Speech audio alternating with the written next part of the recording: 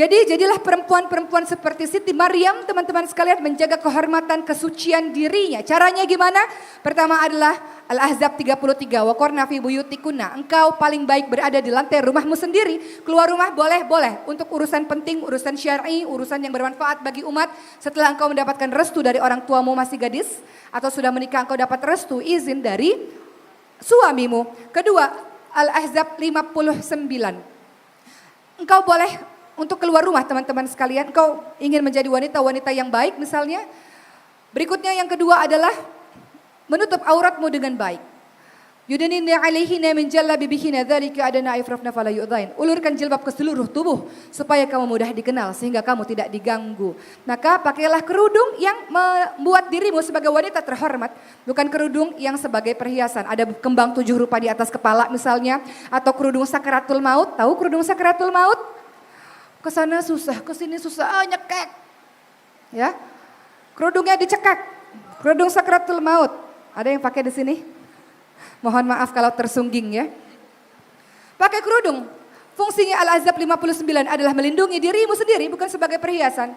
Jadi nggak usah ribet pakai kerudung. Ada orang ribet pakai kerudung, pentulnya 20. Giliran azan Allahu Akbar nih gimana mau wudhu ya. Susah nih pakai kerudung 2 jam nih. Akhirnya wudhunya begini.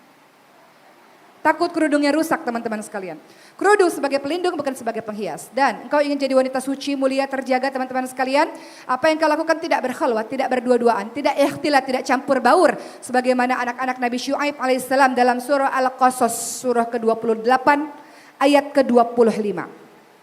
Bagaimana mereka menjaga kesucian diri mereka, teman-teman sekalian. Ketika berjalan wajar saja dan berbicara singkat, padat, jelas kepada laki-laki ajnabi, bukan perempuan-perempuan yang aku lagi ada masalah nih, siapa? Akhi, aku lagi ada masalah dengan suamiku sendiri, tolong aku akhi. Atau para gadis, selamat buka puasa akhi, jangan lupa sholat tahajudnya ya, dan sebagainya. Apa yang kau lakukan? Melemah lembutkan suaramu di depan laki-laki ajnabi, apalagi di depan suami orang. Ada gak yang gitu? Di sini semuanya wanita suci terhormat insya Allah. Jangan pernah berlindung pada Allah dari pelakor dan jangan pernah jadikan diri kita sebagai seorang pelakor insya Allah. Baik, tahu pelakor?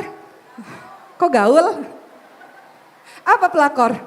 Perebut laki orang, nggak ada kerjaan sih soalnya jadi suka ganggu suami orang. Ya. Atau kita berlindung dari Allah dari wanita-wanita yang sedemikian ya. Bagaimana caranya engkau ingin jadi wanita mulia, terjaga, terhormat, menjaga kesucian dirimu seperti Siti Maryam? Baca surah Al-Qasas ayat 25. Bagaimana anak-anak Nabi Syuaib ketika ditolong oleh Nabi Musa. Anak-anak Nabi Syuaib hendak mengambil air untuk hewan ternak mereka. Namun banyak laki-laki di sana. Anak-anak Nabi Syuaib tidak mau ikhtilat, tidak mau campur baur. Maka anak-anak Nabi Syuaib pun didatangi oleh Nabi Musa alaihissalam dan Nabi Musa tolong kedua perempuan tersebut. Lalu apa yang dikatakan oleh anak Nabi Syuaib ketika ditolong oleh seorang laki-laki? Apakah mereka mengatakan, makasih ya Allah kamu tuh baik banget. Kalau nggak ada kamu aku nggak tahu deh kayak gimana hidup aku. Makasih ya ampun. Apakah begitu? Atau dengan kalimat singkat padat jelas seperti yang diucapkan, yakni dalam surah ke-20, surah Al-Qasas ayat 25. Faja'athu ihdahuma tamshi 'ala istihya qalat inna abi yad'uka liyajziyaka ajra ma saqaita lana. Kemudian datanglah kepada Musa salah seorang dari kedua perempuan itu berjalan dengan malu-malu dan berkata, sesungguhnya ayahku mengundangmu untuk memberi balasan sebagai imbalan atas kebaikanmu memberi minum ternak kami. Titik. Singkat, padat, jelas, nggak macam-macam ngomongnya, nggak aneh-aneh ngomongnya, nggak curhat panjang-panjang kepada laki-laki ajnabi, laki-laki asing. Itu adalah langkah untuk menjaga kehormatan, kesucian dirimu, wahai teman-teman sekalian. Dan Siti Maryam juga termasuk orang yang sabar, tabah, luar biasa ketika menghadapi fitnah yang sangat keji.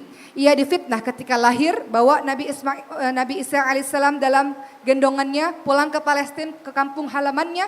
Orang-orang mengatakan, engkau wanita pelacur, engkau wanita penzina, orang tuamu baik, engkau berasal dari keturunan baik. Bagaimana engkau punya anak, gak punya suami? Nabi Isa alaihissalam lah yang menjelaskan semuanya. Siti Maryam diam karena diperintahkan oleh Allah diam, apapun yang terjadi diam, puasa bicara. Dan Nabi Isa alaihissalam menjelaskanlah semuanya apa yang terjadi sesungguhnya, siapa dirinya sesungguhnya. Bahwa dia adalah Nabi Allah yang diperintahkan untuk bersujud, ruku kepada Allah Subhanahu wa taala, mengajak orang lain kepada kitab Allah Subhanahu wa taala. Begitulah teman-teman, bagaimana kisah dari Siti Maryam. Saya berharap dengan ucapan saya yang cepat ini, teman-teman semua bisa memahami bahwa sebagai ibu kita punya kewajiban untuk punya cita-cita besar kepada anak-anak kita. Dengan nama yang baik, dengan doa yang baik, dengan pengasuhan yang terbaik, dengan nutrisi makanan yang terbaik untuk anak-anak kita. Setiap orang tua ingin anak-anaknya jauh lebih hebat daripada orang tuanya, betul? Setiap orang tua tidak ingin anak-anaknya mengulangi kesalahan yang sama seperti yang dilakukan oleh orang tuanya, betul? Maka kita ingin anak-anak kita harus lebih hebat daripada kita. Penerus perjuangan Rasulullah SAW belajar dari keluarga Imran. Dan para gadis, jagalah kesucian dirimu, kemuliaan dirimu, kelak engkau akan diberikan laki-laki yang baik. Sebagaimana dalam firman Allah dalam surah An-Nur 26. Perempuan baik-baik untuk laki-laki baik-baik. Laki-laki baik-baik untuk perempuan baik-baik. Perempuan keji, laki-laki keji. Laki-laki keji untuk perempuan yang keji. Jaga kemuliaan dirimu, kesucian dirimu. Engkau mahal teman-temanku. Engkau mahal dan engkau berharga. Jangan sampai engkau rusak kesucian dirimu dengan perkara hawa nafsu yang cuma beberapa saat saja. Kita menjadi wanita baik dan laki-laki baik pun akan datang kepada kita.